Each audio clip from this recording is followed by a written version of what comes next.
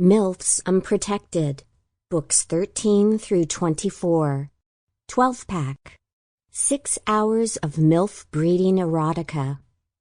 Written by Tori Westwood, narrated by Edie Olliver.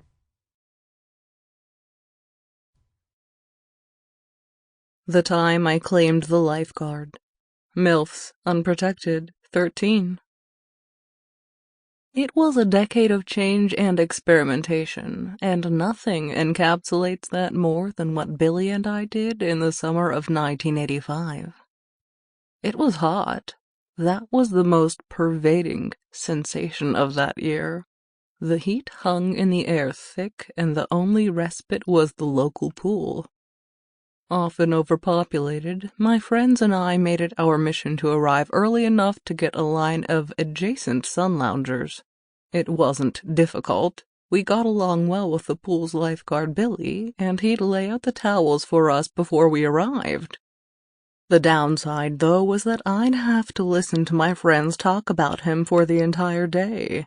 They'd make comments whenever he moved or walked past us, and it was clear they only wanted one thing of him. Shit, so did I. At 19, I didn't know for certain if Billy had ever had sex, but I knew for certain that I wanted to have sex with him. Things at home weren't great, we later divorced, and Billy seemed like the perfect tonic. "What a man," Janice whispered, dipping her wide sunglasses to drink Billy in as he passed. "Hey, gals," he said innocently, giving us a wave. I raised a hand to him. "Ignore these devils, honey." "Don't ignore us, Billy," Justine giggled, wafting a hand in front of her face. Billy laughed shyly and retired to his high chair that overlooked the pool. It was the girls' favorite part of the day.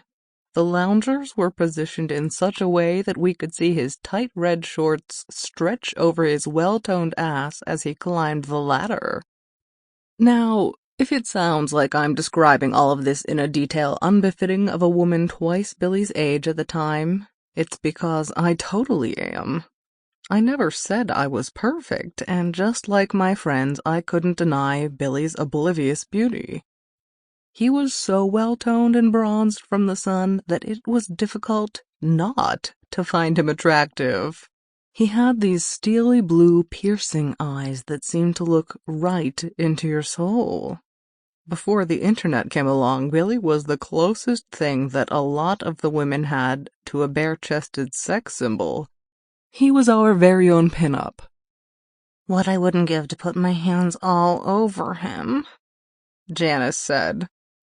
"You'll do no such thing," I protested. "You can't have him to yourself, Meg," Justine said. "It wouldn't be proper." "I'm not sure she's interested in proper," Janice laughed. "With a man like that, damn, I'd struggle to keep it holy." All summer I'd watched the scantily clad Billy patrol the pool. It was as though it wore me down. At first I was the purest of pure, no question, but by the second month my resolve was being tested. I wondered, too, if Billy felt the same. He'd begun the summer having only seen me in a swimsuit on a handful of occasions, but now he was witnessing it every day.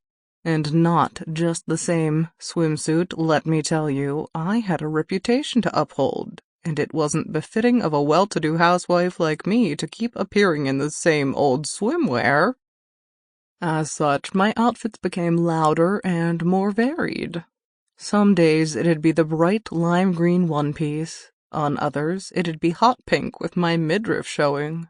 Sometimes I'd even dare to wear a bikini, and it was on those days that Billy seemed to be in much more of a rush to pass us and sit in the safety of his high chair.